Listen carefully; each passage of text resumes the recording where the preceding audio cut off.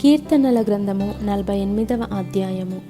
మన దేవుని పట్టణమందు, ఆయన పరిశుద్ధ పర్వతమందు యెహోవా గొప్పవాడును బహు కీర్తనీయుడునై ఉన్నాడు. ఉత్తర దిక్కున మహారాజు పట్టణమైన సీయోను పర్వతము రమ్యమైన ఎత్తుగల చోట నుంచబడి సర్వభూమికి సంతోషకరముగా నున్నది.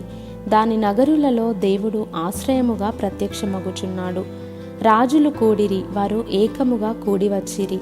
వారు దాన్ని చూచిన వెంటనే ఆశ్చర్యపడిరి, భ్రమపడి త్వరగా వెళ్ళిపోయిరి. వారచ్చట నుండగా వణకును ప్రసవించు స్త్రీ వేదనయు వారిని పట్టెను.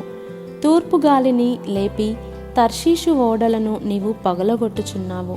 సైన్యములకు అధిపతియగు యెహోవా పట్టణమందు, మన దేవుని పట్టణమందు మనము వినినట్టుగానే జరుగుట మనము చూచియున్నాము. దేవుడు నిత్యముగా దానిని స్థిరపరచియున్నాడు. దేవా, మేము నీ ఆలయమునందు నీ కృపను ధ్యానించితిమి. దేవా, నీ నామము ఎంత గొప్పదో, నీ కీర్తియు బోధిగంతముల వరకు అంత గొప్పది. నీ కుడి చెయ్యి నీతితో నిండియున్నది.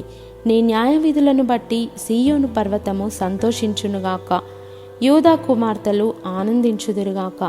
ముందు రాబోవు తరములకు దాని వివరము మీరు చెప్పునట్లు సీయోను చుట్టూ తిరుగుచు దాని చుట్టూ సంచరించుడి. దాని బురుజులను లెక్కించుడి, దాని ప్రాకారములను నిదానించి చూడుడి. దాని నగరులలో సంచరించి వాటిని చూడుడి. ఈ దేవుడు సదాకాలము మనకు దేవుడై ఉన్నాడు. మరణము వరకు ఆయన మనలను నడిపించును.